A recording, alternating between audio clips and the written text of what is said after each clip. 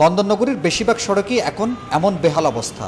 টানা বৃষ্টি আর জোয়ারের পানির কারণে অধিকাংশ সড়কে হয়ে পড়েছে যান চলাচলের অনুপযোগী।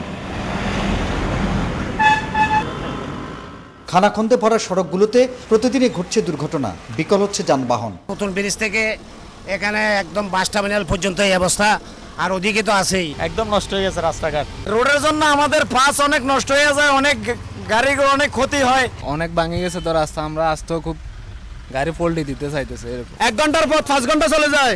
এই অবস্থার জন্য সিটি কর্পোরেশনের ব্যর্থতাকে দুষছেন নগরবাসী। বৃষ্টি বললি মতো আবার উড়িয়ে না দল সাকা ভালো হয়ে যাবে। মেয়রে হাত কাম কিছু না করার 5000 কই চুরি যার কই আর কিছু মেড়ে।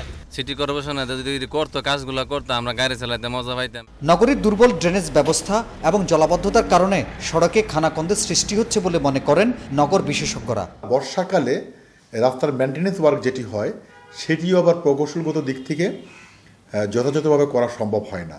এদিকে জনবল সংকট সহ নানা সীমাবদ্ধতার মধ্যেও ক্ষতিগ্রস্ত সড়ক মেরামতে সিটি কর্পোরেশন কাজ করছে বলে জানিয়েছেন মেয়র আজম নাসির উদ্দিন। আমাদের কাজগুলো অনেক কঠিন হয়ে যাচ্ছে।